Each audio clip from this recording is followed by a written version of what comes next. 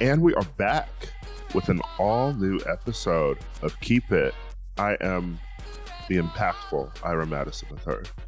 And I am Louis Bertel, and I just want to say I did something that I feel like a lot of our listeners do that I never do, which is spent the entire week binging reality TV. And I want to say it has brought me no closer to civilization. I feel like an alien. I feel like I don't know what's going on. I miss my regular life. And the show I am talking about is The Traitors, both UK and Australia. I'm one episode away from finishing Australia. And my only takeaway from watching this much of the show is that if I ever arrive at a party late and people are playing the game Mafia, it is fun just to sit and watch the game of Mafia. That's it. I have nothing else to say about the show. Why am I stuck watching this, watching people guess who a traitor is with no evidence and then calling it a game? It's like a bad game. If anything, it's nice to know you can make good TV out of a bad game. Yeah. So I'm in a group text with my friend Angelina Burnett, who's been on the show before, and Ray Sani, former guest host of the show. And Ray keeps apologizing to us for quote unquote ruining our enjoyment of the show because she's still enjoying it, but she continues to tweet every week, "This game is broken. It makes no sense. It's impossible sort of to really figure out how to win the game as a faithful, but it's still fun to watch." And I'm like, yes, I know that, but it is still fun. You're watching it for the theatrics. Totally. And the UK version is giving you theatrics, baby. Oh, yeah. No, also, like, lots of fun twists and turns in the UK version. The host of the UK is a fun, droll version of a host, Claudia Winkleman. Not as good as Ellen Cumming, who I think is bringing more campy gusto that I think the show needs. But the problem with the show is also, once the faithfuls, the good contestants, start sussing out the traitors, they eliminate them. And then after a while, the traitors then just have to add more new traitors. And then the contestants have even less to go off of in terms of figuring out who they are. So it's not a fair game, nor does it even feel like a game. Nor do you even feel like, am I getting to the end? Like, am I doing good? There's no I'm doing good part of the show. There's silly conjecture that happens too once, a traitor has been recruited later into the game. When someone says, "Well, you came down to the dinner table acting different today." And it's like, no, they didn't. They're not a traitor. Right. No, they just walked in. Yeah, right. And also, it's like everybody kind of behavior changes aren't something that would necessarily indicate somebody is a traitor. It's like there's no rubric for how to play the game or what you're actually looking for. So anyway, it's confusing, and yet I can't stop watching. I will say the people who seem to have at least hacked the broken game are Sandra the most, and then also CT, because Sandra has figured out at least. We're talking about Sandra from Survivor, Sandra Diaz-Twine. So yes. Sandra has at least figured out, and CT from The Challenge. They're both on the current season of the US. She's at least figured out that this game is completely random, except for the traitors are always going to murder people who are either coming for them or don't have suspicion on them as traitors, so they're completely useless to them in the game to throw suspicion on. Right. So Sandra, in her confessionals, has revealed that if you figure out who the traitors are, then you should buddy up to the traitors so that they don't axe you when they murder people at night. And then, ideally, when you get to the end of the game is you get to split the prize money with whoever's left in the finale. But if there's one traitor in the game, then they take the whole prize pot. Right. Ideally, if you get to the finale and you know who a traitor has been all along and they trust you, you can then vote to banish them in the finale and not give them any money. And right. And then win for yourself. Like you can contain the threat of a traitor by keeping them in the game. Yes. But the lunacy of what kind of game is that? Oh, go ahead. It's like you know who the threat is, and also just keep them around. It's just like it's not really compelling. I don't know. Also, the lunacy of this season, because they added even more reality show people as opposed to a mix of reality show people and normies, is that they all reverted to their reality show, sort of roots of forming alliances. Right. For no reason. So you have like Peter the Bachelor forming an alliance of people, and then the Housewives forming an alliance, and they're basically voting against one another. And we're supposed to be getting out traitors here, baby. Yeah, right. You can't just vote out everyone who's not your friends. And yet again, I'm still watching the damn show. So just once you get started, just know that this is going to be your life for a few weeks, you know. It's again, It reminds me of that feeling of that one Christmas when we all decided to watch Making a Murderer. And I'm like, now my Christmas is ruined. And I'm thinking about this horrible cold case. And why did I want to get into this in the first place? What was the gratifying part? Not that they're the same thing, this actual docuseries about a real murderer and the Traitors, but it is just a whole bunch of hours of television leading up to, I guess that was entertaining enough for me. That's like all I get out of it. You know, I thought you were going to say that you'd been watching something like The Real World, like me, because I've been watching Real World Austin on Netflix. Oh, no, wait, sorry. Who's on Austin season? That is Wes's first season. Okay, of yes. television. You have Nehemiah. Yes. You have Johanna. You have Danny. Of course. This is Danny like a chaotic, drunken season. Yeah, right. It's actually very fun, and this is a longer thing that we could talk about in another episode, but there is just something quaint about watching the show. It came out summer 2005, so this is after our freshman year of college, and there's something quaint about watching people immediately at the onset of Facebook, but they probably don't even really have it yet. Yeah. And just, do you remember how excited people were to be on The Real World, just to live in a house with strangers and stop acting polite, start acting real. And they're just fun, drunk college students making out with it. Two girls make out in the hot tub immediately. And then they go out to the bar and get into a fight because they're just sort of buzzing off of being filmed. But social media has sort of replaced all of that now. Right. Well, also specifically about The Real World, right around that time, that's when the show it was already aware of itself as a legendary show. Like, and around that time, you could watch old seasons of The Real World all the time. Like, that was in the zeitgeist constantly. Contestants by that point were legendary. So, and also the show is taking the post-Las Vegas turn of, now we really all are alcohol poisoning ourselves, and that counts as reality. And lastly, you forget about the fact that before the prevalence of reality TV cameras being everywhere, like, truly, you could live in Idaho right now and walk outside and there's probably a reality show being filmed on your street and you wouldn't bat an eye, right? Mm-hmm. On this show, you forget that people used to be angry about these young college kids showing up in their cities and having cameras follow them everywhere. So people are starting fights with them at this club in Austin in the first episode because they hate that the Real World kids are in their bar. Wow. They're like, let us have our breakfast tacos in peace. We love our lives here in Austin. We love having breakfast at a picnic table. I remember some of the kids from the Brooklyn, the Williamsburg season or something had said that people used to make fun of them and call them posers in New York for being on The Real World. And imagine someone in Williamsburg not wanting a camera in front of them now. Also, imagine using the word poser. It's so Ashley Simpson culture. Exactly 2004-05. Yeah. Very anti-Avril Lavigne. She's posing. Yes.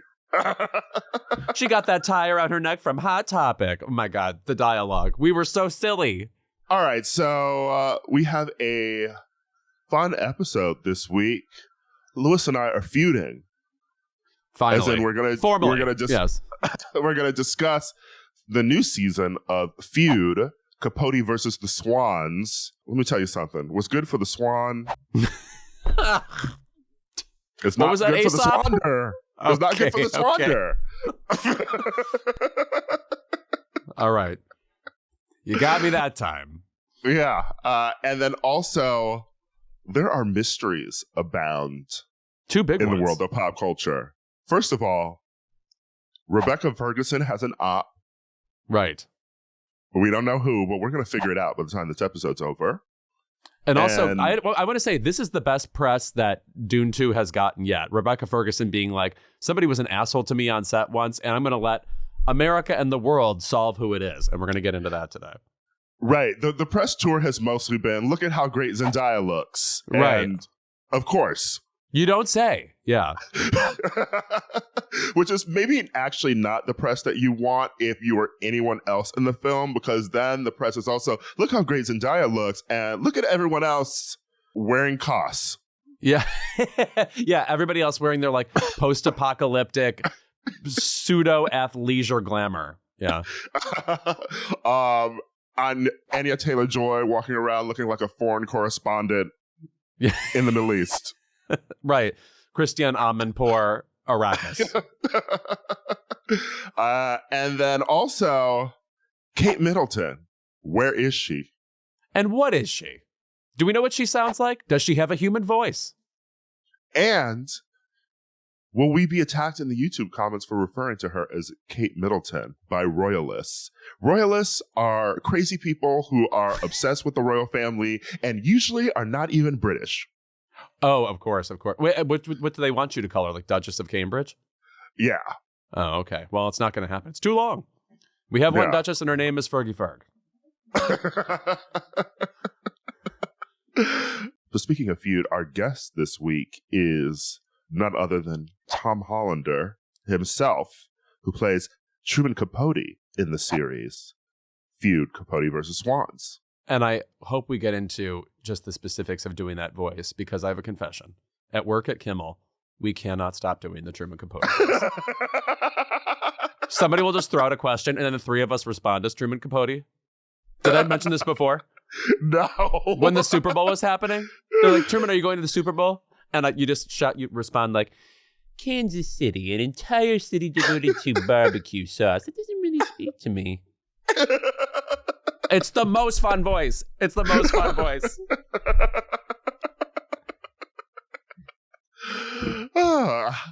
Are we good? We're gonna get some Truman Capote voice from Jimmy at the Oscars. I'm gonna. Is that what you're working on? I certainly have pitched it. I feel like he may be passing that up. Not really an impressions guy or a song and dance guy. You know what? I've never really seen Jimmy do a two-step. No, Sierra is not a part of the telecast. That I can confirm. Can you teach him the dance that got you into Juilliard? You know, it's been years since Savion Glover had me in class. We'll see if we can get into that. Live his dreams. It's not as hard as it may seem. The way I bring into funk, you won't believe it.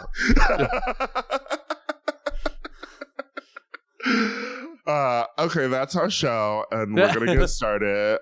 Also, listeners, I'm doing my first live comedy show, and I need you to buy tickets because they got to sell. Oh, and I don't we'll discuss that too. Yes, we'll discuss that. Just go to iramadison.com. It's at the Music Hall of Williamsburg, March 20th at 8 p.m. And my guest is Cody Rigsby and Jay Jordan, because he's very funny, and Peyton Dix. So I love Jay Jordan. Yes. Yes. I mean, comedians shouldn't be that hot. It's upsetting. No, also it's like it's not just hot, it's like shredded. I mean, I didn't know Sinew could do that. Like he loves the X-Men and he is an X-Men. He's Colossus. Right. No, the kind of body that looks like you've been struck by lightning and it all went right for you. Unlike that time Screech got struck by lightning and could just read women's thoughts. Problematic in retrospect. Yeah, creepy episode. Anyway, my comedy show, iramadison.com to get tickets. Do that. And we will be right back with more Keep It. Move over, Serial. This week, Keep It joins the ranks of true crime podcasts because we're here to solve some mysteries. First, where in the world is Kate Middleton? Spoiler, in an Audi. And who screamed at Rebecca Ferguson? Spoiler, not Tom Cruise. You know what? We don't know that for sure. I don't care if she... I think he talks and screams, so it just feels like he would be doing that every so often. But starting with Kate Middleton, yeah, so it dawned on everybody on the internet, I guess, at the same time that we hadn't seen her in a couple of months. And then people started wondering what the deal was. And I regret to inform them that they formally said about Kate Middleton, you will not be seeing her until April because she's having some sort of abdominal surgery. Now, Isn't that what they would say? They being the deep state, yes.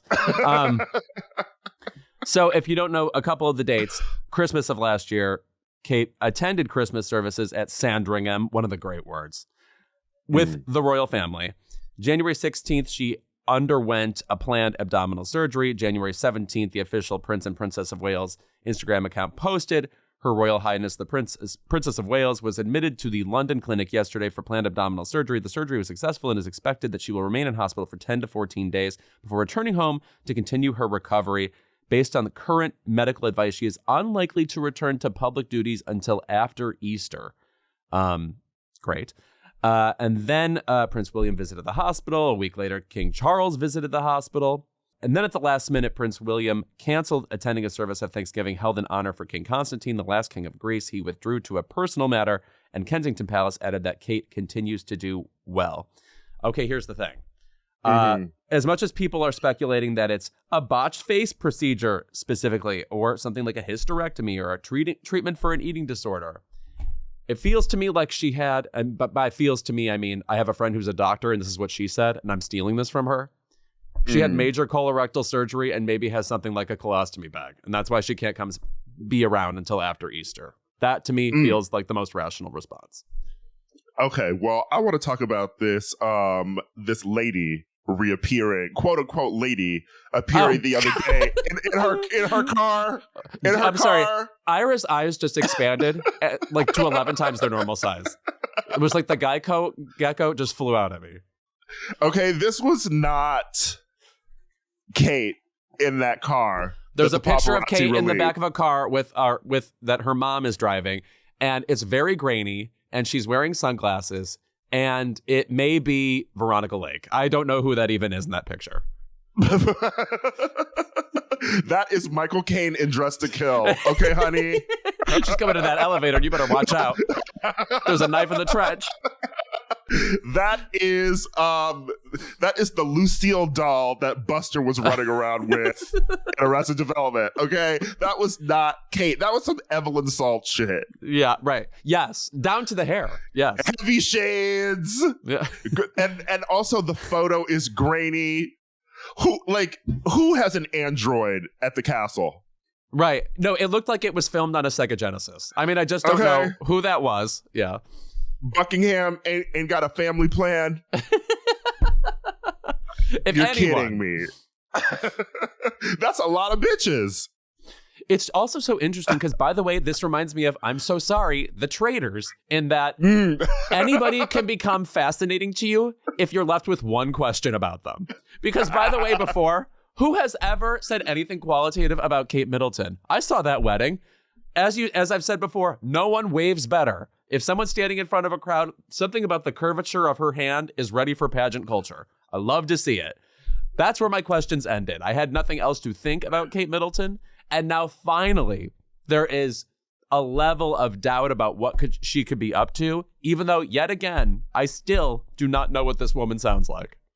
Okay, so I will say that Thomas Kingston, the husband of Prince William's cousin, Lady Gabriella Kingston, was found dead at his parents' home in one of those Macbeth cities. Oh, yeah. Gloucestershire. Gloucestershire. Yeah, right. Glams. I don't know. Yes. Something from the Scottish play. Okay? Yeah. Like, you don't say those. You can't say the cities either, or they'll haunt you. Specifically on a podcast. Yes. And people believe that this man was having an affair with Kate, and William murdered him. Oh, just walked right in? Like the Jinx style? Yeah. I mean, he could. Who's stopping him? Not the hundreds of guards? Okay, nobody. Never mind. Do you stop Prince William? You think he gets right off the polo horse and is like, I have a murder to do? He is the one who knocks. I am the one who knocks. Politely, though. You get bald enough and they go bad. That is one of the rumors, that he's covering up an affair. There's rumors that she was in a coma. She still could be. Right. Well, again, we the don't picture know that we was saw, her. It was giving like the drawing of an alien in my Trapper Keeper in 6th grade. they could not find a courtroom artist even at like 24 hours notice. Yeah, right. No. That photograph did look like it was drawn in colored pencil. That's how grainy it is. Rose Art is complicit. Anyway, those are the rumors about Kate. There's some other much more misogynistic ones that we don't have to get into. But if you want to look them up, drop them in the comments. You said it, we didn't, and then we just nod along and have a laugh. Yeah. But my other question is, where are Harry and Meghan at? What are they up to? Are they still podcasting giants or whatever? Well, remember she quit that podcast that she didn't really want to do, but now she's doing it again. Okay. For some reason, I guess they need the money. I have no guess as to what's up with their finances. I also, by the way, don't understand this about half of the working entertainment world. Namely, if you're an actress from this is a detour. If you're an actress who mainly worked in, say, the 80s, and now it's, today, 2024, what's up with you? Did you have to marry somebody rich? Is there a certain kind of money that was made then that could be invested well and now you continue to do well? Because I'm just saying, anybody with an Oscar nomination before 1995, I'm worried about you. You worried about Nancy Allen? I mean, just in general, it has nothing to do with her finances, but of course. Of course, she was a Golden Globe nominee, not an Oscar nominee. Yeah. I'm talking about the Mary McDonnells. I'm talking about the, Pauline Collins. Yeah. Okay, well, Mary McDonnell, she did Battlestar Galactica. Okay. Who knows what that paid? And Major Crimes, the spinoff of The Closer. No, that's Mary McDonald. This is Mary McDonnell, who is in Dances with Wolves. Oh, well, I don't know. Maybe the Wolves had a payment plan. Yeah, right. Is she on Kevin Costner's payroll? Because that's a good payroll to be on. Take a flight out to Wyoming or Montana or whatever he is.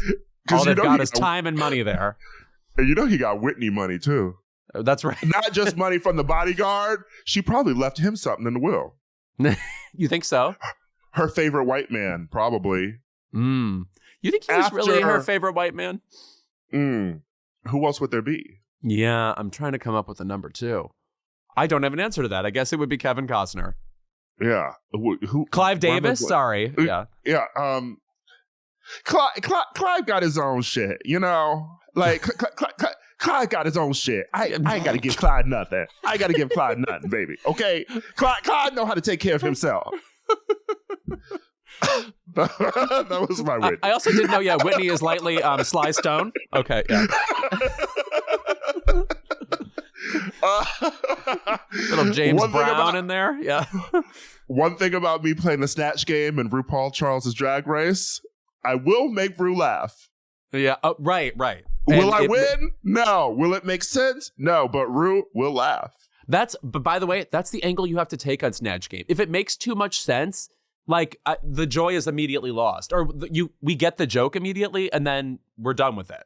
Whereas if you just add absurdity, we're laughing at the absurdity. Also, RuPaul's sense of humor is so blatantly obvious at this point. Yes, if you cannot make RuPaul laugh, you're not even remotely funny. Right. You start with the class on social cues before you get to Drag Race. Okay, I just have one more question about Harry and Meghan. Okay. Because Tyler Perry is one of the godfathers. Correct. Of the kids, and loaned them their house in Montecito, everything for the Oprah interview. Do you think that they sat down and watched Mea Culpa? Ooh. I think maybe she did. No, she would make him watch too. He loved that black shit. Come on. He's probably seen more than her.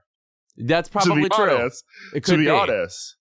I just want to know if they saw Trevante Rhodes and Kelly Rowland clapping cheeks, rolling around in paint.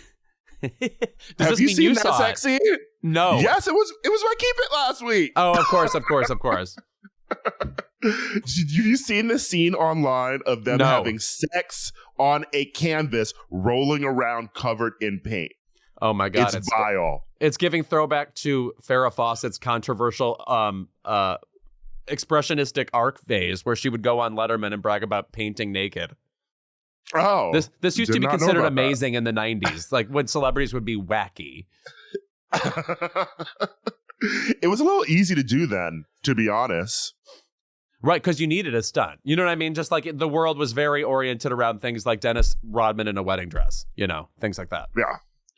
All right, so Louis, what's our second mystery? Okay, so Rebecca Ferguson, who, as you know, is an actress. She is in the Dune film. She is in The Greatest Showman, whatever that is. I just know I can't see that, whatever that is. She is in the Mission Impossible films as a character whose name I do not remember because that is not the important part of those films. No, and as you know, those are written by AI. So Rebecca Ferguson was talking in an interview about how on a movie she was getting screamed at by a, quote, absolute idiot of a co-star. That is, by the way, the underrated part of this story. She's not just saying this person was mean to her. She thinks this person's an idiot. So I feel like that should get into our analysis here. And she says he was number one on the call sheet. Here are some quotes. I remember there was a moment and this human being was being so insecure and angry because this person couldn't get the scenes out. And I think I was so vulnerable and uncomfortable that I got screamed at.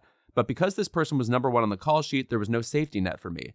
So no one had my back and I would cry walking off set. This person would say things to her like, you call yourself an actor and this is what I have to work with in front of the film's crew. I just stood there breaking, she remembered. The next day, she told the individual to get off my set. She recalled being so scared of the confrontation. I looked at this person and said, you can F off. I'm going to work towards a tennis ball. I never want to see you again. And then I remember the producers came up and said, you can't do this to number one. We have to let this person be on set. Ferguson says she requested to act to the back of the co-star's head. And I did, she said. I thought it shouldn't have to be that way. And I remember going to the director afterward and saying, what is happening? The director said, you're right. I am not taking care of everyone else. I'm trying to fluff this person because it's so unstable. And it was great from that moment, but it took so long for me to get to that. You know what's interesting is a lot of the people that are being tossed around in this rumor mill, she then went on in like junket interviews and seemed to be sort of friendly with all of them. She's perfectly friendly sitting alongside Jake Gyllenhaal, who this is rumored to be about. They were in a movie called Life. Another one is Michael Fassbender. They had a very friendly rapport in interviews after their movie. But a lot of people are now also saying Hugh Grant, who I don't believe has been nice one time on a set. Now, here's something that I have to say. Okay. She said that it is not Tom Cruise, my king. I'm going to say, it'd be so awkward if you cried on the podcast. Yeah, right. He would never yell at a woman on set, okay? He would be complicit in their years-long disappearance, but yelling... Nazanin Boniadi, come on, keep it. Yelling is just rude. Yeah. Yeah. That's Shelley's real name? Yeah. We did hear that one time when Tom was mad at other people for not complying with COVID protocols. But I feel like his yelling would be all business. I don't know. Yeah. And then he sent them a cake afterwards. Right. And he remembers them on all of their birthdays. He's one of those creepy people. She also said it was not Hugh Jackman. And let me tell you something. Hugh Jackman isn't yelling at women. Not in that way. No. He's giggling so hard he screamed.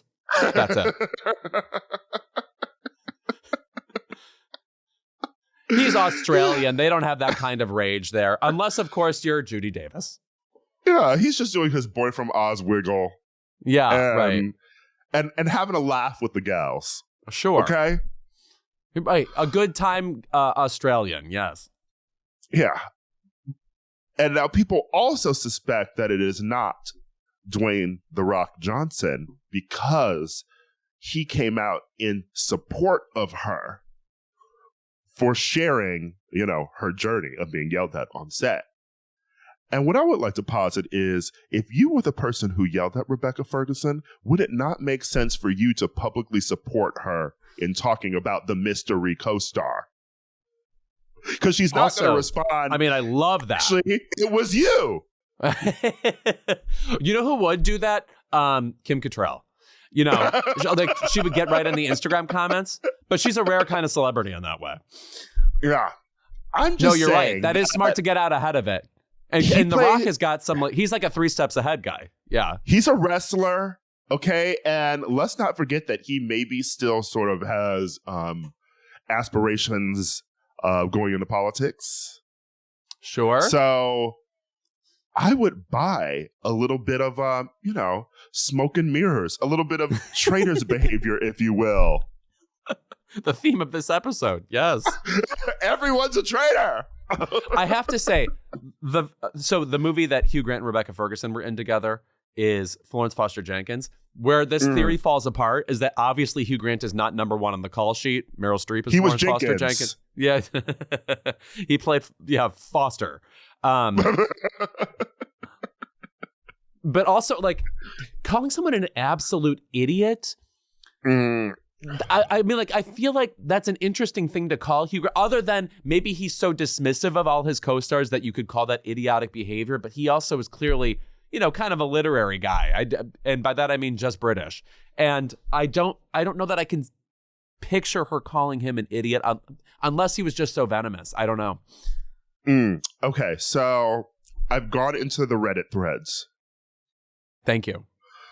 I usually only want to do that when I want to find the address of my local KKK chapter. But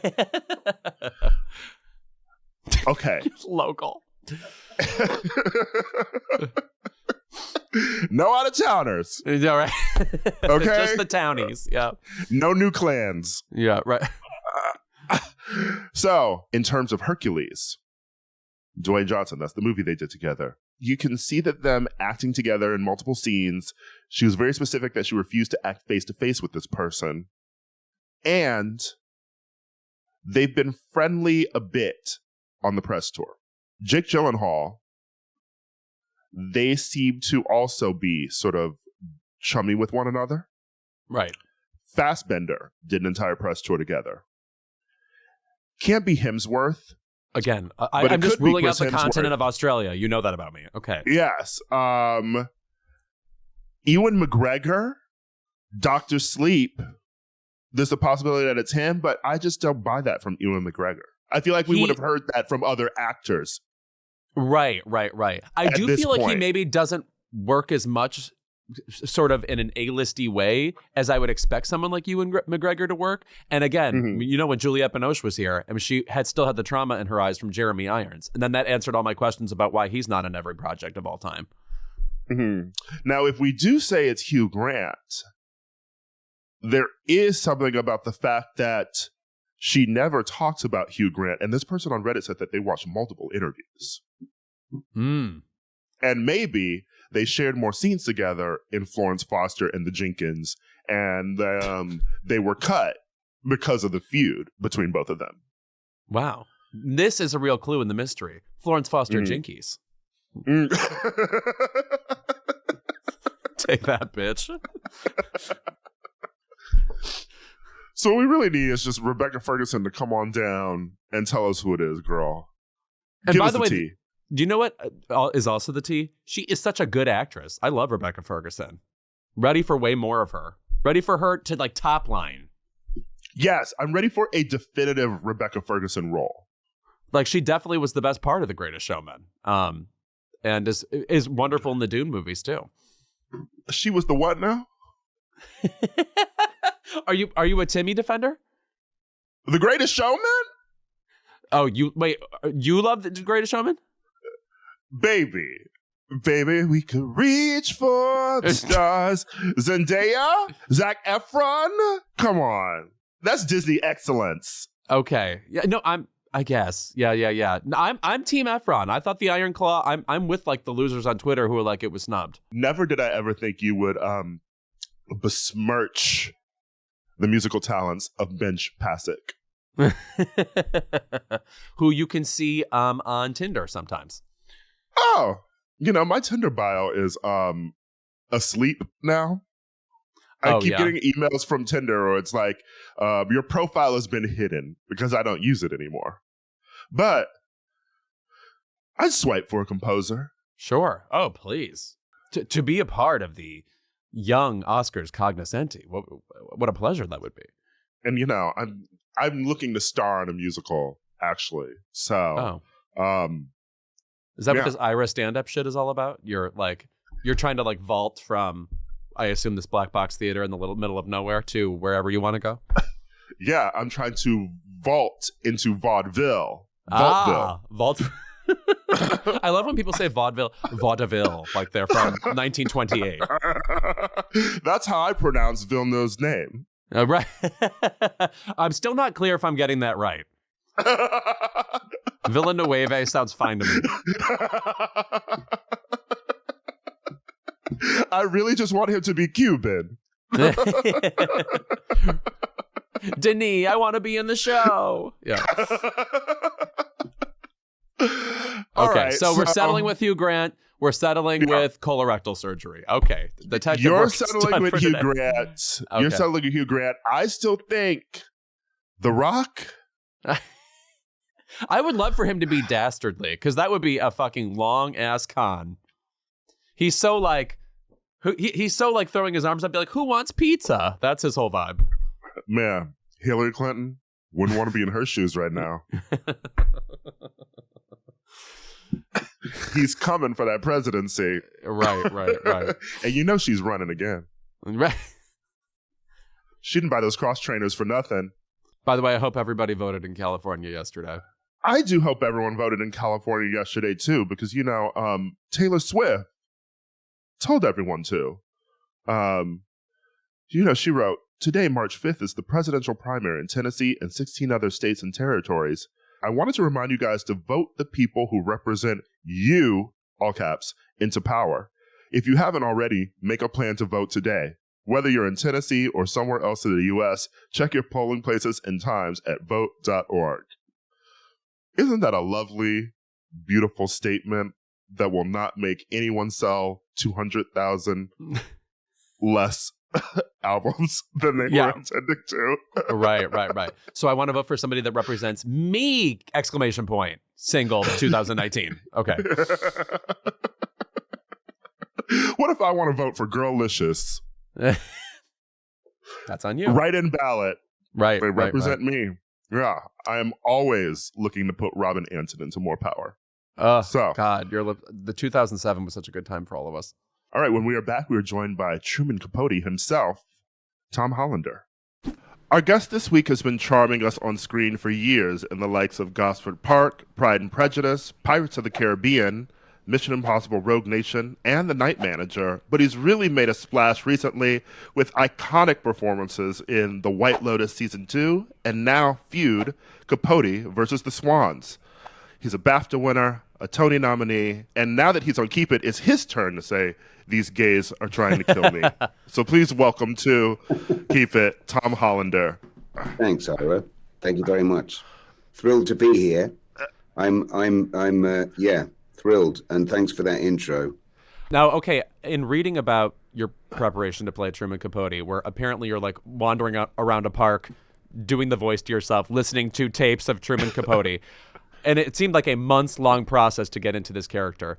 Was it at all a joyous experience, or was it just a massive undertaking? Because he's such a specific character with a specific type of voice, and I feel like there's a precision that an actor like yourself would be obsessed with obtaining. Well, you're right. I mean, the first question is, it was not. It was a joy after the. I was nervous. The becoming him went from being a burdensome, scary thing. Am I doing it well enough? Will I get fired? I don't seem to have got fired. Oh, I'm relaxing. And then by the end of the 6 months, he's like my friend, my sort of other, if you play a really wonderful, complicated part for a long time in it's working, it does become your best mate. And so then your and also your second life, your avatar person and your alter ego, all of those things. So you're able to express bits of yourself. First of all, you start with the burden of trying to become someone else. And then by the end of it, after 6 months, this was every day, mostly, then you are expressing yourself through through the character, but it gives you a freedom, and then you feel like you've developed wings or something, and you're able to do things that you couldn't do in your own life. Just like when you have a dream and you can fly, you know, that feeling that you supersede the limits of your own reality. Actors can do that when they're playing a part, and not just on green screen. You know, if you're being somebody you couldn't possibly be in real life, but you can in fiction. Is that answer long and rambling enough? No, I loved it. It was also like a poem. It was exciting to hear. Yeah. Speaking of the creative freedom you were just discussing, I recently read you in Interview Magazine where you talked about working with Gus Van Sant as a director. Yeah. And you said that he made you a bit nervous at the beginning because he doesn't say very much, but by the end of it, you love the creative freedom he gave you. But Gus recently did an interview as well where he discussed sort of his directing style, sort of in comparison to intense directors like Bertolucci. And he said that I'm really afraid of going to lots of places. I'm timid about going too far or being too intense. I try to let the actors lead if it's a hard scene. So does hearing him say that maybe inform your experience of working with him, or does it maybe change anything about how you felt during the process? No, well, I'm initially thrilled that it seems to at least be consistent with what I said. I mean, that's the or at least there's certainly the experience I had with him. Mm-hmm. I didn't know. It's interesting. That is new information that he's scared to go there. I mean, I don't know why he would say he was scared to go there. Then I don't think he would be scared. I think he would feel it's not him. That's just not his process. So because he knows. I mean, being a director is obviously very, very personal. The individual direction styles are defined by the personalities of the people who are that individual director. So Gus does not control the room by being an alpha person. He has. I didn't see someone who's scared to go there. I saw someone who had the courage to be quiet. Had the nerve to go, I don't have to control every last little bit of this. In fact, I'll get the best out of people if I just give them freedom. So there are two, you know, those are very different approaches. I have not worked with many of the so-called greats. I did actually meet Bertolucci once, but I've certainly never worked with him as an actor. But I suppose the famous film directors that I have worked with, one would be Gus Van Sant. So he as described, he looks at it like a painter looks at a canvas and is just watching the light falling on people's faces and trying to work out what the narrative is in the thing that he's looking at, and then filming it and then putting the camera in the right place. The other great that I think I worked with, an acknowledged. There are lots of greats who aren't acknowledged, but an acknowledged great was Robert Altman. I was very, very lucky to be in Gosford Park, and he similarly did not. He wore his authority so lightly, you'd think he wasn't even taking it seriously. You'd go, what are we doing in this scene? And you go, I don't know, Tom, I don't know. I mean, we'll have something. See how it goes. It could be terrible. You'll have a go.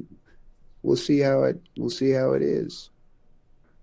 And then he'd invite all the actors to watch the rushes in his tent.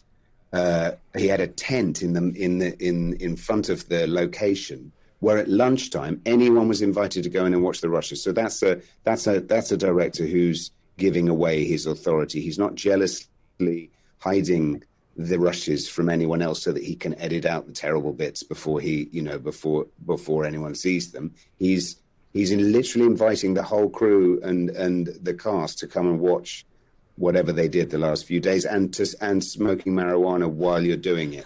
So there was a kind of, it was Cheech and Chong levels of clouds coming out of this tent, and inside would be the legend Robert Altman and some Maggie Smith, you know, going, I think it's quite good. There'd be a. Oh my God, what a dream! So it's two. Maybe I've just worked with two. I've just worked with two hippies. That's all we're saying, really. Now, does that style work for like every actor? First of all, I'm thinking of Gosford Park, and so much is going on in any given scene. Interactions behind interactions. You know, tons of characters walking in and out. It feels crazy that he could be that lax. But like, is that a directing style that works for you? Like, if not, is there an ideal directing style you prefer? No, I definitely don't have an ideal directing style. Absolutely not. No, that would be crazy, because as an actor, what you have to do is you have to be so adaptable. That's the joy of it, is that you go into a different adventure, a different reality, every job you do. Not only the part and the story obviously are different, but so is the chemistry of the group of people. So no, you don't want to go, I need this always. You get a few tricks. So I like to, now I'm old enough to have the confidence to say, can you leave me alone for 3 takes before you give me a note? I'm able to say that because I reckon my own imagination's got some stuff to get out of its system, and I can generally get it out in 3 takes. I mean, basically what I'm saying is I'll do a fast one and a slow one, and that's 2. And then a third one where I just sort of see what happens. But mostly the director is a different director depending on their material. Every time they go to work, they're a slightly different person. And to characterize either Gus or Robert Altman as doing nothing is, of course, naive and reductive, because what they're actually doing is they're watching intensely, and they're editing in their heads, and they're thinking about the whole thing. It's not all about the actor and how the actor's feeling. It's about, you know, where the camera is. So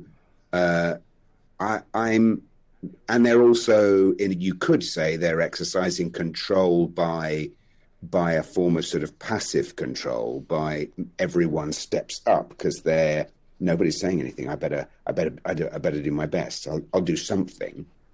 Everyone, or they're creating a level of anxiety which is quite creative.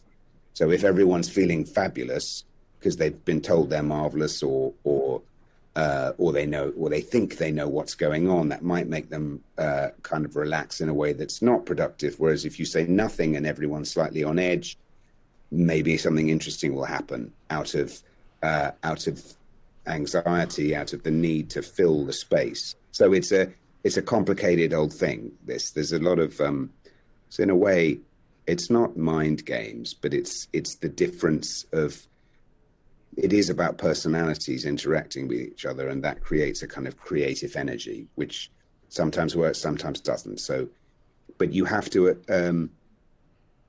Gus has very kind eyes, and occasionally you'd see them, and you'd go, oh, that's where it is. That's where I get my little Scooby snack of encouragement. I get it from Gus's kind eyes. I don't get him coming up and going, you were darling, that was fabulous, which some directors do. Not in that voice. That was absolutely brilliant. Yeah. Nobody speaks like that anymore. I miss that. Everyone wants you to, no, it was fabulous. Fabulous. Yeah, nobody does that. Well, then I have to sort of ask about the directing style of someone like Armando Iannucci, then, working in The Loop, which I love, and rewatched it recently. And I have to imagine that type of film, you know, with that rapid fire comedy and everything that just sort of has to go from scene to scene, that directing style might be a little bit different. Yes, and that's very interesting. And Armando is in his own way a complete genius. It's a different sort of thing. He's not I would not describe him, though I'm sure he could become one, but thus far his filmmaking has not so much been about, it's not been the painterly sort of sensual thing that Gus can do, or his is about the words, isn't it? It's about wit. Certainly in The Loop, in the loop there was no fancy film lighting, and in the loop it was sort of strip lighting. It was mall lighting in these horrible rooms that politicians spend their lives in, or they certainly do in that environment. Tacky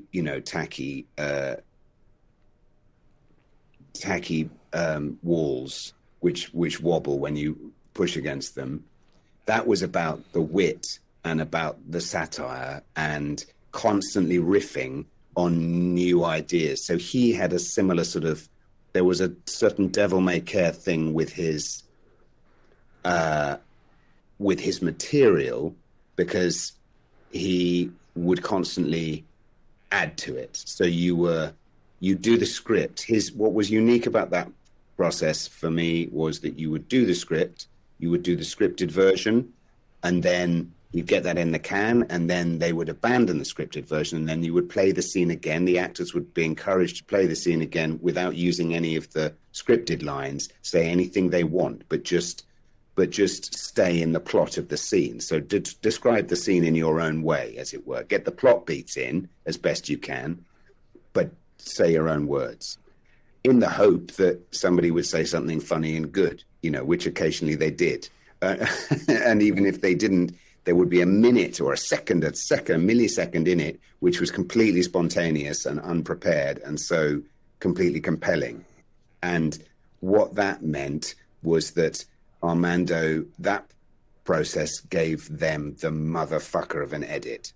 That was the thing with that one. They went on for months and months and months, finding the little bit. And also they had two cameras running around who were moving around all the time. You were never hitting marks. There were two guys with cameras on their shoulders, which I think they then used in Veep and possibly even in Succession, I'm not sure. But they would occasionally, they'd been moving around. The camera people were like other actors on the set, so they would have to not film each other. They were trying to get the action and also keep out of each other's shot, because they'd be shooting across each other at the same time. So you can imagine the edit was there was a lot of stuff they couldn't use and a lot of stuff that was amazing, and then they had this template each time of the actual scripted scene, which we had got in the can at some stage. And on top of that, there was a team of writers sitting on the set every day, chucking in even funnier lines, which they thought of, that minute. And why did you say that? And then why did you just say that? On that line, just say that. So it was kind of free. It was very free in a way, and all of this stuff takes great nerve, doesn't it? You can, I'm listening to what I'm telling you and thinking, wow, there's some balls of steel in there. To just let it go like that in the faith that you're going to get something good, but and then months and months and months of snipping it around in the edit. Even just counting, first of all, Gosford Park, and then also Pride and Prejudice, and of course now also Feud. You have just been surrounded by these unbelievable actress performances, and I was wondering if you had a favorite one to witness on set. Well, Olivia Colman. I used to do a sitcom called Rev in the UK, and Olivia, we played opposite each other, and she was my wife. And there was one speech that she did. This was before Olivia had become as famous as she is now. So she was becoming Olivia Colman, and we were lucky enough to get her in this show just before she sort of went pop. But she had one speech which was in which she had to describe her sexual fantasies, and someone had written a pretty good sexual fantasy sort of list of sexual fantasies that a sort of middle-aged housewife might have, none of which were going to be fulfilled, which then led to a comic episode in which, and bear in mind this was a priest and his wife, in which they tried to enact the sexual fantasies. None of all of it was actually quite funny. But she delivered this speech so brilliantly, so quickly, so brilliantly, with so little, so apparently effortlessly, with so much nuance and flavor in it, but all thrown away, apparently thrown away. No effort, no sweat. It was just astonishing. And I thought, and I sweated because I realized that I was acting with someone who was really, really brilliant and quite possibly better than I was. And there was and so then I was thinking, wow, that's good. I couldn't do that. and then you go, but I actually think all the best actors are probably women. Certainly the ones I've met. And then the ones where you go, wow, that's just otherworldly level of emotional expression. I can't. With the guys, I'm always kind of going, yeah, I can see what you're doing. It's so with the ladies, you're going, wow. To do something to do with I don't know what, but the most emotionally eloquent stuff, the most emotionally complex and sort of nuanced stuff I've seen with the female actors that I've been lucky enough to work with. Jennifer Coolidge is obviously got to be up there because what she's doing is amazing, and standing next to that was amazing. And there's a whole bunch of them.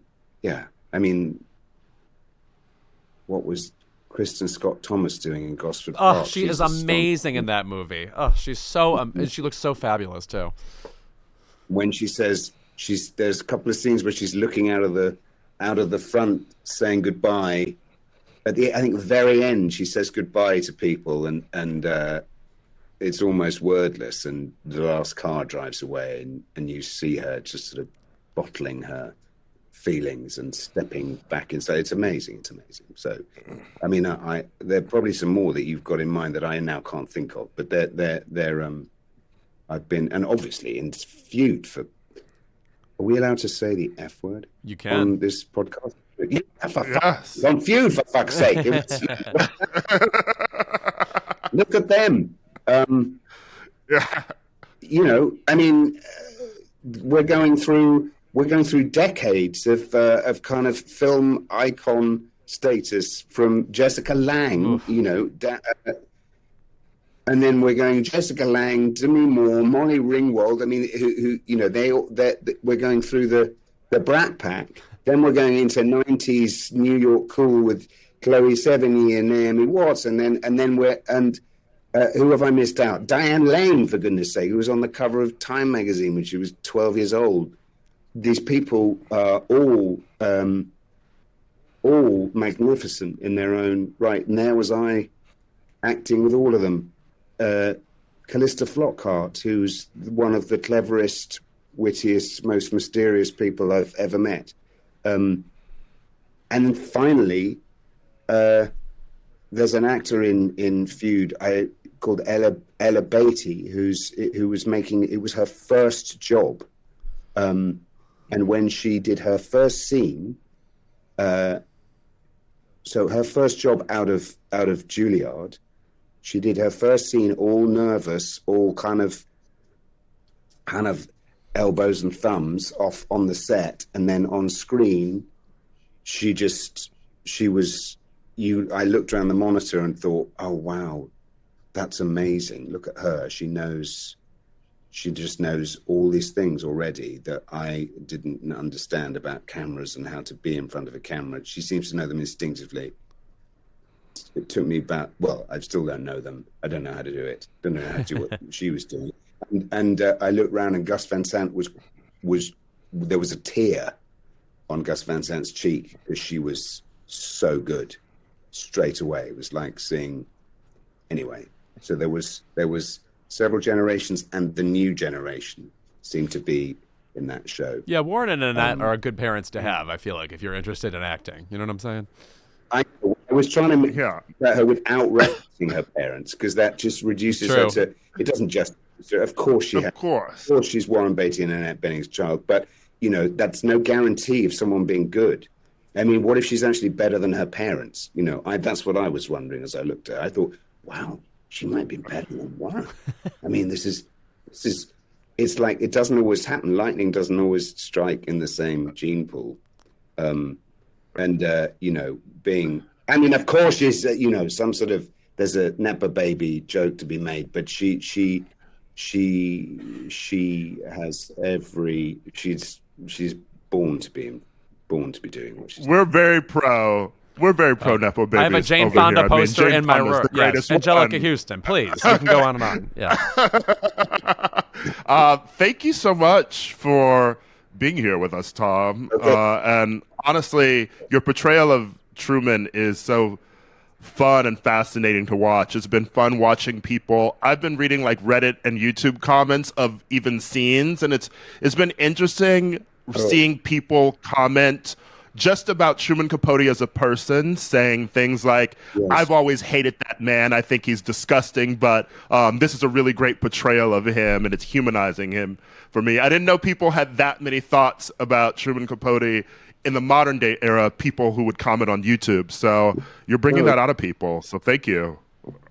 Well, I'm just part of a team. I was the lucky guy that got to play Truman Capote. But it's fascinating that the show has brought him back as a figure. I didn't really understand how important he was in the sort of as a cultural figure in late 20th century American popular culture. I didn't really understand that until we did it. And I think Ryan and Gus and Robbie Bass, they all did understand that. Obviously they did. And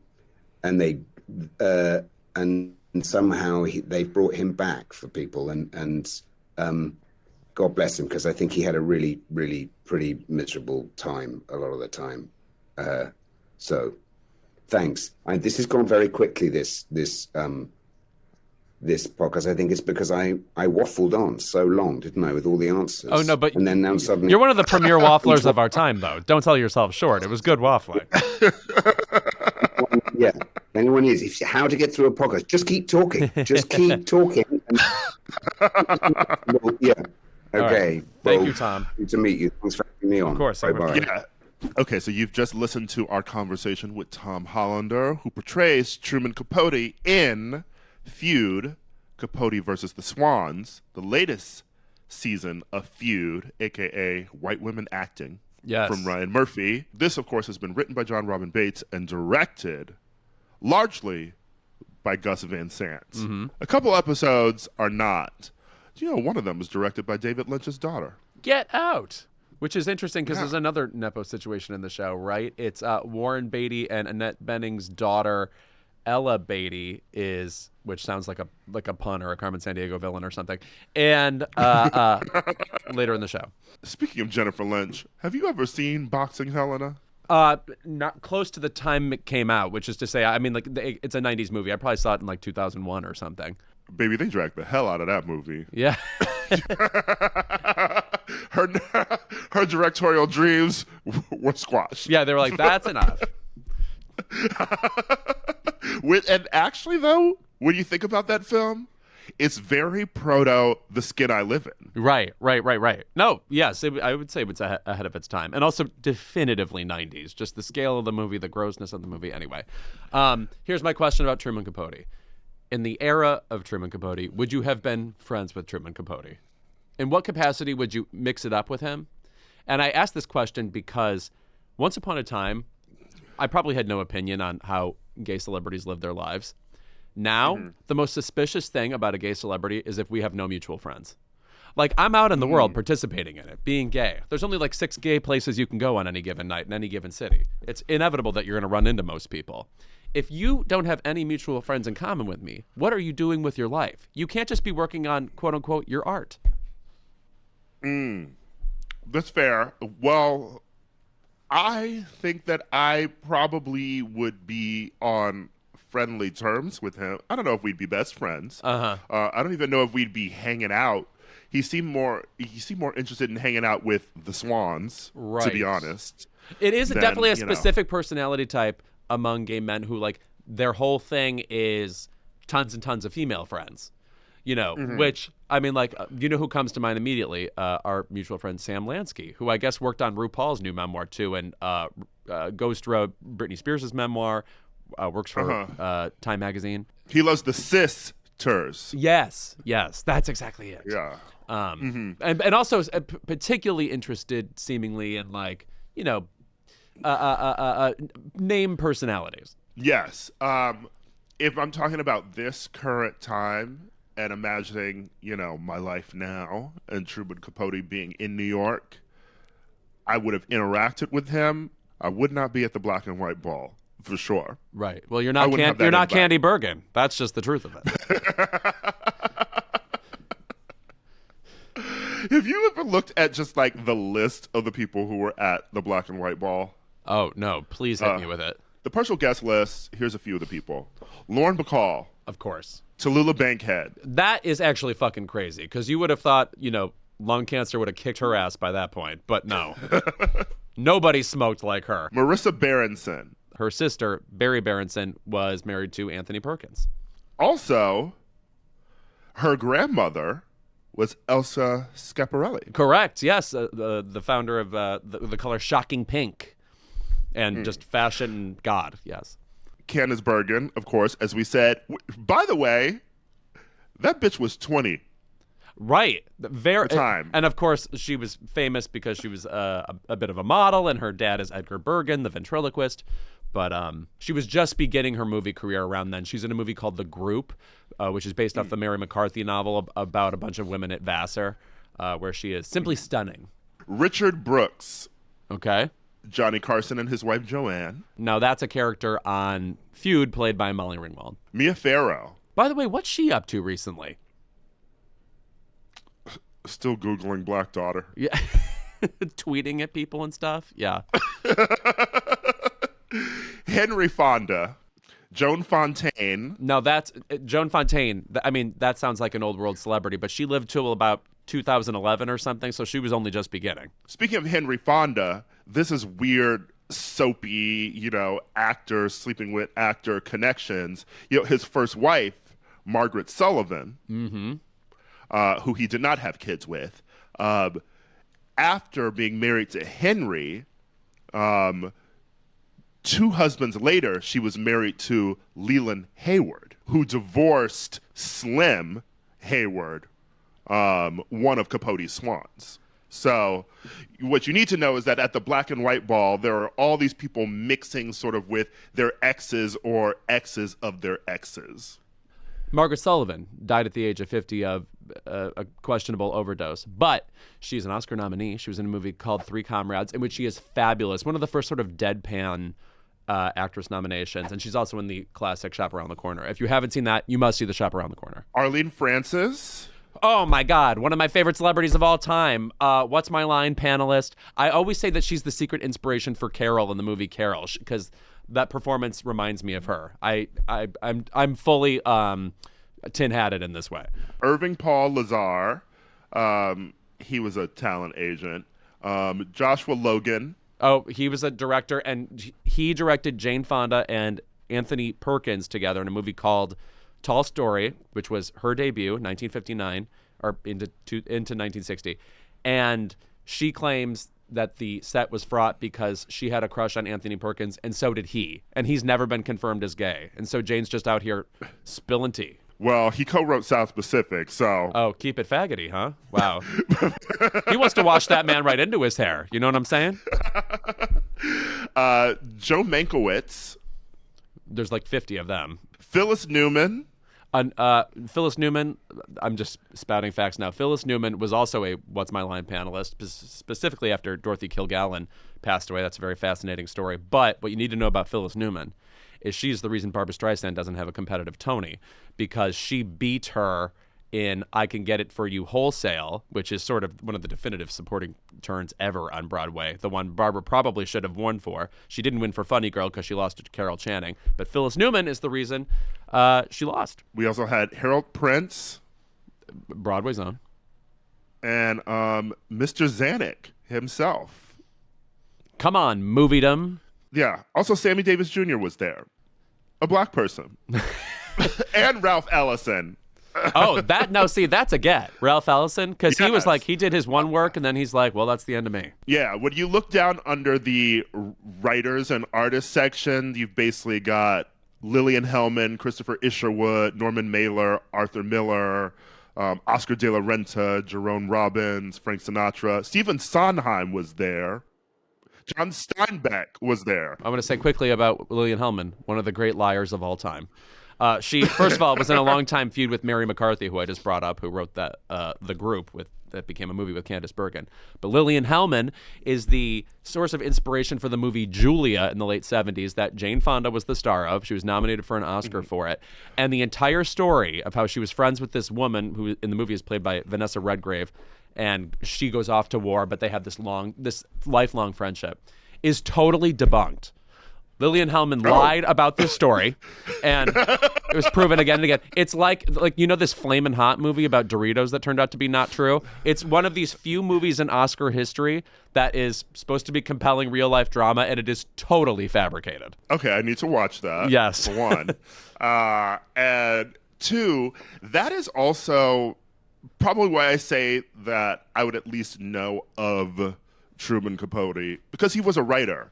And looking at this list of people at the Black and White Ball, it is just fun thinking of that era where the most fabulous party that everyone wanted to get into in New York was thrown by a writer. Yeah, right. And there were other writers there, and you were famous for writing back then. Right. And you had some enigma about you because you know, maybe you got to appear on something like Dick Cavett or something, but for the most part, writers had a sort of sequestered glamour about them. Whereas now we just think of them as desperate people waiting for a gig. I forget the exact quote, but when I was looking up things about Truman Capote, I believe someone had told him that he should be a bit more like Joyce in that he, sullen and sort of not seen. Mm-hmm. And the critique was, if you're supposed to be writing, like, why are you around hanging with celebrities all the time or on vacations all the time?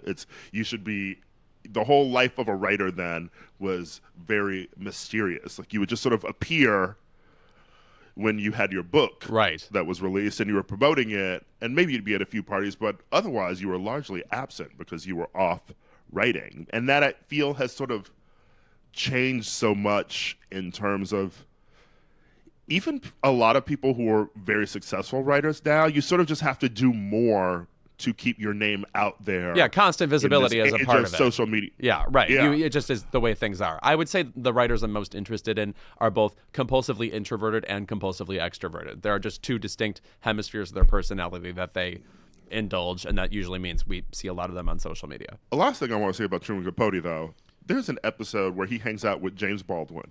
Oh, right. And you want to talk about Julia and complete fabrications. Oh, completely. Yes, it's fully Mary Queen of Scots, that movie with Saoirse Ronan, where she and Elizabeth II mix it up in like a laundry tunnel where they like do a little paso doble and intimidate each other. It's fucking crazy. Truman Capote did not even like James Baldwin's writing, by the way. He thought his fiction was boring. He said this in a letter in there's a collection of Capote's letters, and he trashes Baldwin's writing as boring, which, LOL. And the idea also that James Baldwin, who would have been living in Paris at the time because he hated the racism of America, would hop back to New York because the rich white women of New York City do not want to play with Truman Capote anymore. Right. He's going to come to Capote. I'm taking you to lunch, Truman. We need to get you out of the house. It is a bit silly. It's a bit silly. It's given the help. Right. I mean, it's like, well, also, that's sort of in keeping with the other season of Feud about Bette Davis and Joan Crawford, where clearly some of it was fabricated to make the series a series, really, to make it long enough to sustain. Yeah. But I would be really interested in a Capote Baldwin series or play or something about them and their actual, diametric viewpoints. That'd be cute. Probably going to happen, honestly. Also, one other thing about that, when they go to the museum, and Capote's like, why didn't we ever date? We were circling each other. And I'm like, baby, James Baldwin was not swiping right on you. First of all, it's actually, why did we never date? Could have had something. Which isn't to say that Capote wasn't a cute girl, you know. Mm-hmm. And it's not like James Baldwin was a model, but he was pulling Marlon Brando. Right. Okay? Right. Yeah. How long until Jesse Plemons wins an Oscar for playing Truman Capote? You know that's going down. Yeah. He's got that, you know, that corn-fed look that Capote has. And we're waiting for him to do the character actor thing and win that Oscar. It's just that it's all written in the stars. Anyway, we have to move on. All right, when we're back, keep it. And we're back with our favorite segment of the episode. It is Keep It. Lewis, yes. What are you keeping this week? Okay, so I haven't read this memoir yet. It's brand new, but RuPaul has a memoir out this week. And I'm seeing apparently the New York Times just wrote a very critical essay about it. But I will say this about RuPaul, who apparently hates doing interviews and says that at the beginning of this interview he does with Ronan Farrow in The New Yorker. But I love RuPaul interviews. To me, he does this thing that I think is so fascinating. You can never tell when you're going to get very realistic, rational, pragmatic like advice from RuPaul, or when he's going to swerve into full Marianne Williamson, angels are real, people are soul thieves territory. You never know what you're going to get.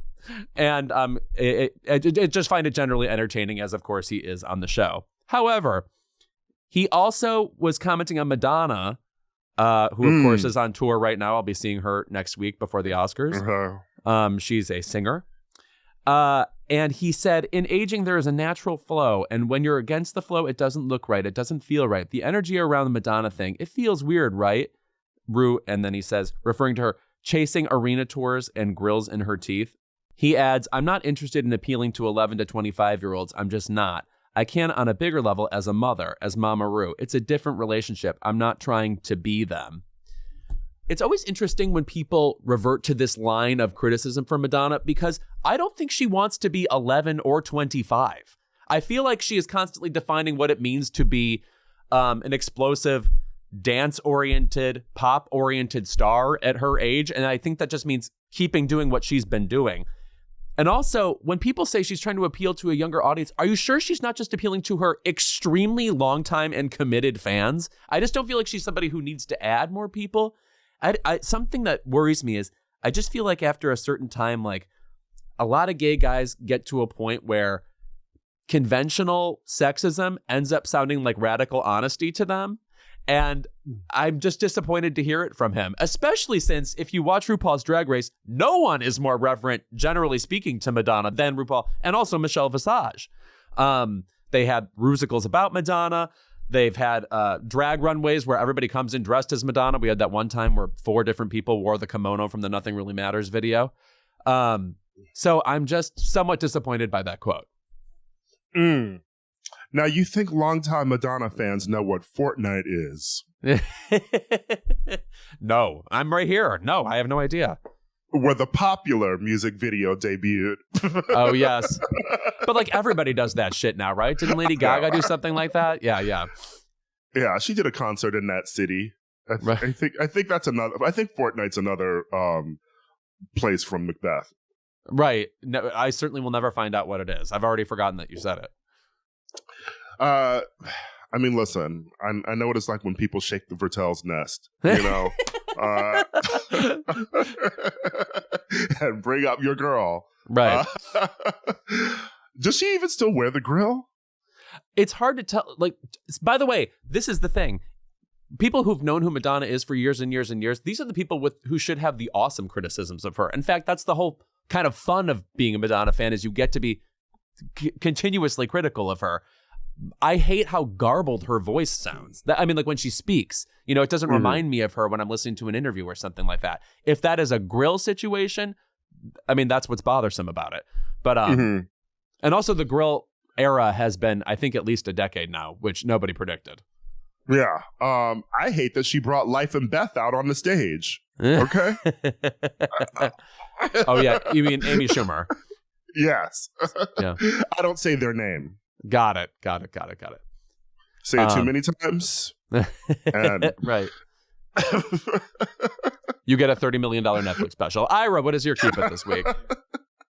My Keep It this week goes to nerds, male nerds online who are pretending that Zendaya is not one of our great young acting talents. What are they saying? Because they don't like her in Dune. Because they hate women in their sci-fi movies. Truly, after Dune was released, there was an onslaught of people questioning whether Zendaya is actually a good actress. And you know what? I'm just going to adjust my bang here. Put on my glasses and read a little. Zendaya, Casey Undercover, Zendaya, Shake It Up, Zendaya, Emmy winning for Euphoria, Zendaya. Twice, Malcolm and Marie, which we do not discuss, right. Zendaya. Surprised you even brought it up, yes. And we cannot be living in a world where you are pretending that Zendaya cannot act. And you know what? Maybe it's good because she's been going, sort of rapidly for a long time without any sort of backlash, which not like you should want that as an actor, but it's nice for people to act silly about you for a minute just so other people can defend you. Precisely. And then we can move on from the conversation, but I think it's just nonsense to pretend that Zendaya cannot act. No, I mean, we were basically waiting for years for the right thing to click into place so that this mega talent just had a place to exist. If anything, the craziest thing about Zendaya is that she lost Dancing with the Stars. That was one time, first of all, a universe she was in, and two, didn't Nicole Scherzinger the fuck out of that competition. Mm-hmm. Yeah, I think it is, if anything, I'm waiting to see what else she can do. I'm looking forward to Challengers, which looks like it's going to be a really good physical role for her. I don't think we've seen much physical acting from Zendaya. And in terms of Dune, I mean, listen, when you're in a Denis film, like we were discussing last week, he doesn't really care about actors. No, he doesn't like the dialogue, darling. He wants to see the big cloudy sky. He's like, is the apocalypse coming? Let's film that. He is that bucket from Adobe Photoshop, okay? He's just going around clipping in his scenes, and the actors are, oh, you're there. Right. It's very Hitchcock. The actor doesn't exist without the light. Right. They're cattle to him, yes, as Hitchcock used to say. But honestly, I'm still waiting for a moment for her to show these bitches even more, I don't think we've really, aside from Euphoria, had even the definitive Zendaya role. Also, by the way, I would love another single from her because Replay is one of the top 2010s tracks. I love that song. I remember I asked her once about music, and I said, girl, when are we going to get more music? And she was like, not you too. Because hilarity she used from to be, Zendaya? All right, yeah. When she used to be on Twitter more, I feel like her fans used to constantly tweet at her, when's the album coming? When's an album coming? And this was maybe early Euphoria days when it still seemed like she was, and around Greatest Showman too, when it still seemed like releasing an album and being a pop star was a thing that was on this girl's mind. Right. Now fair question. I would be shocked if she released another album ever, but never say never. She is a very young celebrity, and many female celebrities years into their career who've never made music before decide to drop albums. There's a new Kate Hudson single out this week. And yet it's an old Kathie Lee Gifford album. I don't know how she did that. Anyway, I've talked about Zendaya enough. So thank you to our guest, Tom Hollander, for joining us. And we will see you next week on Keep It.